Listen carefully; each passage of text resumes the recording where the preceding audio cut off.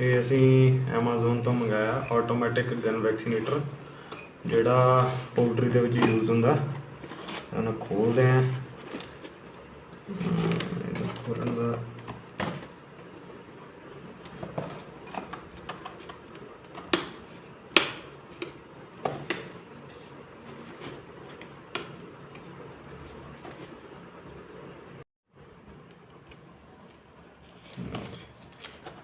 Unboxing कर देंगे फिर देखते हैं ये की कुछ निकलता है।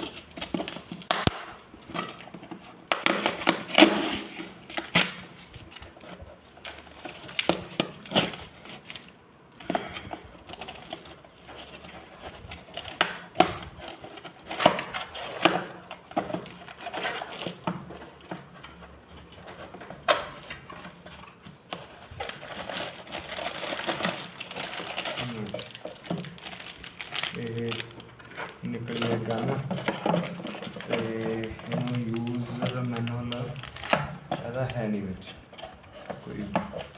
चलो बाकी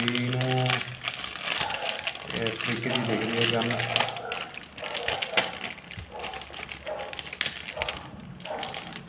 पंछियों की वैक्सीनेशन वास्ते वरती जाती है।